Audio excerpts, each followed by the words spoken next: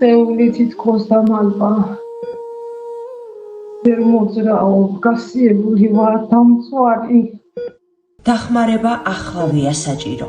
40 წლის თეონა, 2 ვაჟის დედა, საშინელი ტანჯვით კვდება რეანიმაციაში, უცხო ქვეყანაში. მას თირკმერები გაეთიშა. საწოლიდან ადგომა არ შეუძლია. ოჯახს კი აღარ აქვს იმ კურნალობის საფასურის გადახდის შესაძლებლობა, რომელზეც მისი სიცოცხლეა დამოკიდებული. მოასწარით ადამიანის გადარჩენა. თეონა შეიძლება უფულობის გამო დაიღუპოს. ოჯახს თურქეთის კლინიკის წინაშე უკვე დაგროვებული აქვს ვარი. კურნალობის შეწყვეტა კი ერთი დღითაც არ შეიძლება. კლინიკამ ანგარიში წარადგინა $31,500. ზვიადი ბენზინ გასამართ სადგურზე მუშაობს.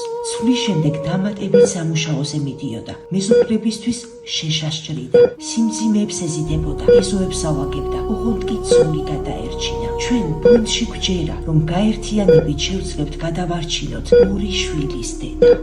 გადარიცხეთ ნებისმიერი თანხა ჩერნოვეცკის ფონდის ოფიციალური საიტის მეშვეობით.